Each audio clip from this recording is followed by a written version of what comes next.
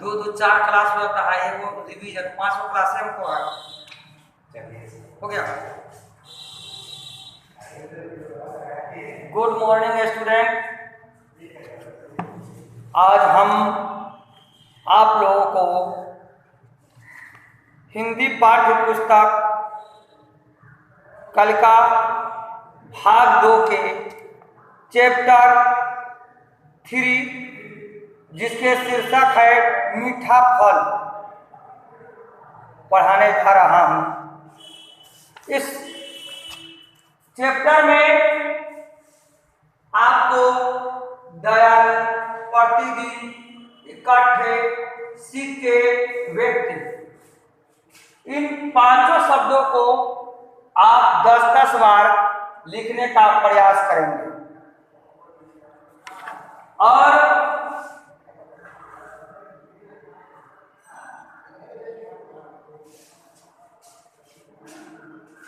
जो शब्दार्थ है दयालु, दया करने वाला, प्रतिदिन, रोजाना, खुशी, प्रसन्नता, इकट्ठे, एक साथ, जमा होना, पंक्ति, कतार, लाइन, अन्य, दूसरी, सदा, हमेशा, इसे याद रखेंगे।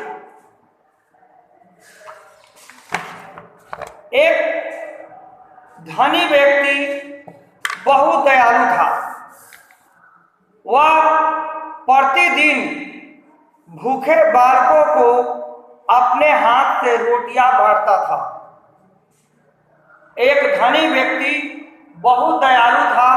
वह प्रतिदिन भूखे बालकों को अपने हाथ से रोटियां बांटता था। जो भूखों को खाना खिलाता है उसके मन में बहुत खुशी होती है। धनी व्यक्ति को भी भूखों को भोजन देने में बहुत सुख मिलता था। धनी मनुष्य के घर हजारों बालक भोजन लेने के लिए इकट्ठे होते थे। धनी मनुष्य के घर हजारों बालक भोजन लेने के लिए इकट्ठे होते थे। वे भला चुपचाप क्यों रहने लगे? सब बच्चे पहले खाना लेने के लिए झगड़ते थे। वे पंक्ति में खड़े नहीं होते थे। लेकिन एक छोटी लड़की इन सब बालकों से अलग थी। वह चुपचाप सबसे पीछे खड़ी रहती थी।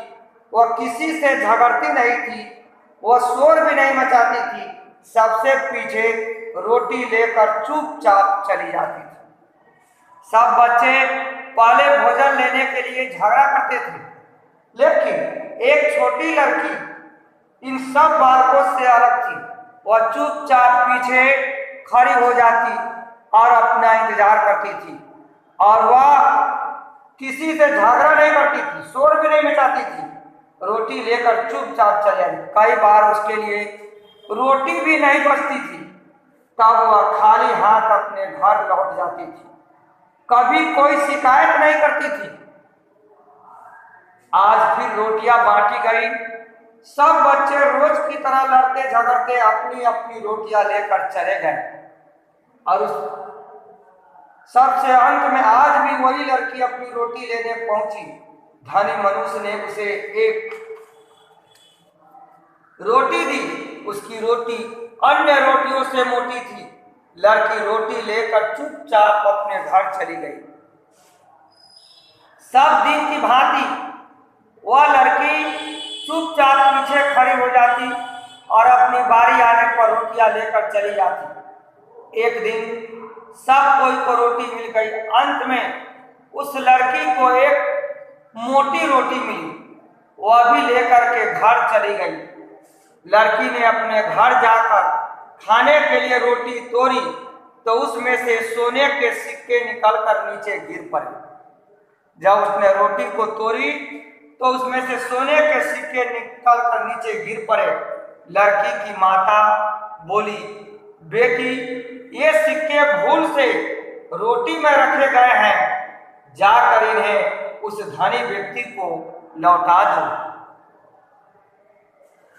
वह सिक्के निकले तो उसकी मां ने कही कि बेटी, ये सिक्के भूल से रोटी में रखे गए हैं, जाकर इन्हें उस धनी व्यक्ति को लौटा दो।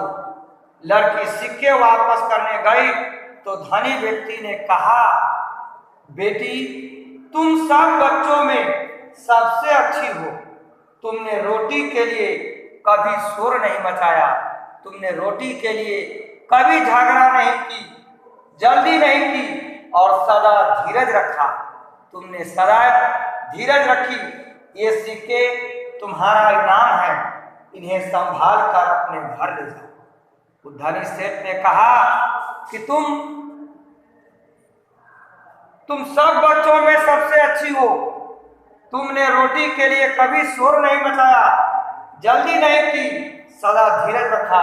ये सिक्के तुम्हारा इनाम है, इन्हें संभाल कर अपने घर ले जाओ। बच्चों, तुम्हें कोई चीज लेनी हो तो चुपचाप लाइन या कतार बना करके खड़े हो जाओ, शोर मत करो, धीरज रखो। धीरज रखने का फल मीठा होता है।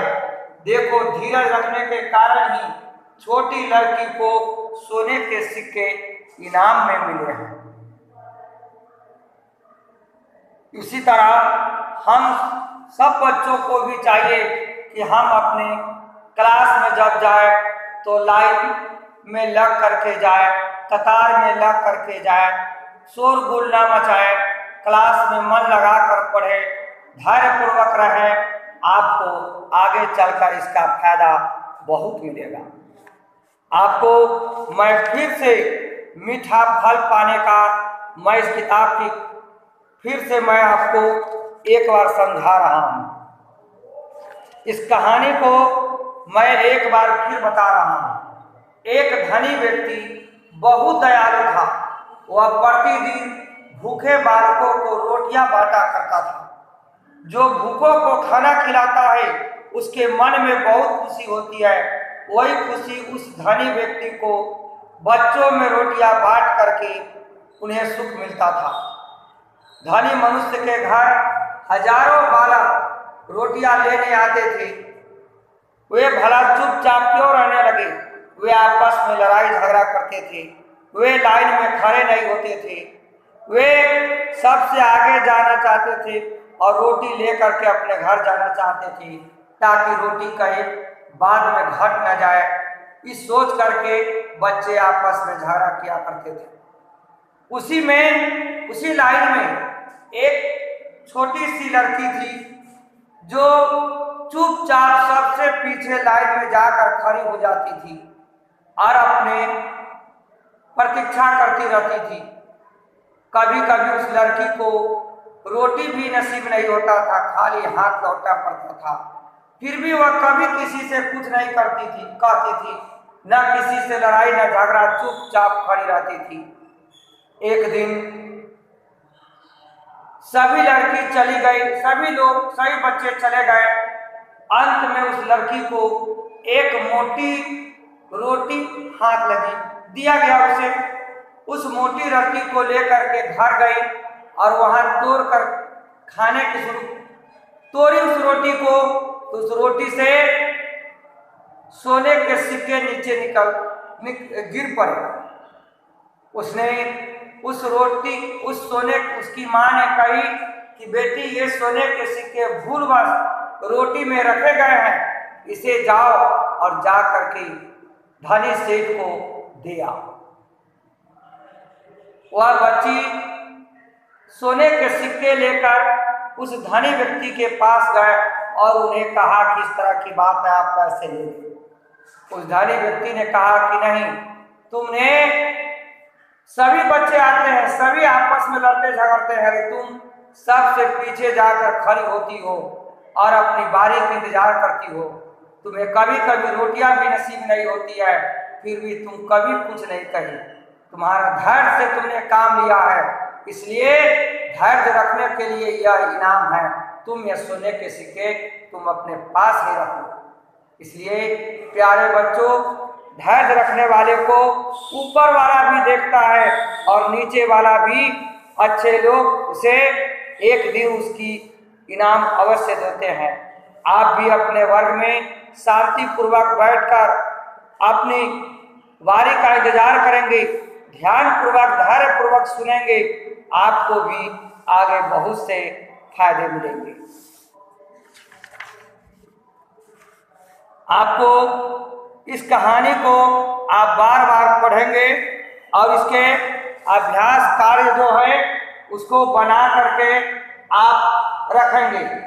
कल मैं इस पाठ के सभी चीज़ों को सभी अभ्यास कार्य को मैं बना दूंगा और आप उसको मिलाएंगे और इस कहानी को पढ़ करके और अपनी माता पिता बड़े से आप इसे चर्चा भी करेंगे। इस मीठे फल को सभी लोग सुनना पसंद करेंगे। इसे 10-10 बार लिखेंगे, कल इसको याद करके भी आप लाएंगे।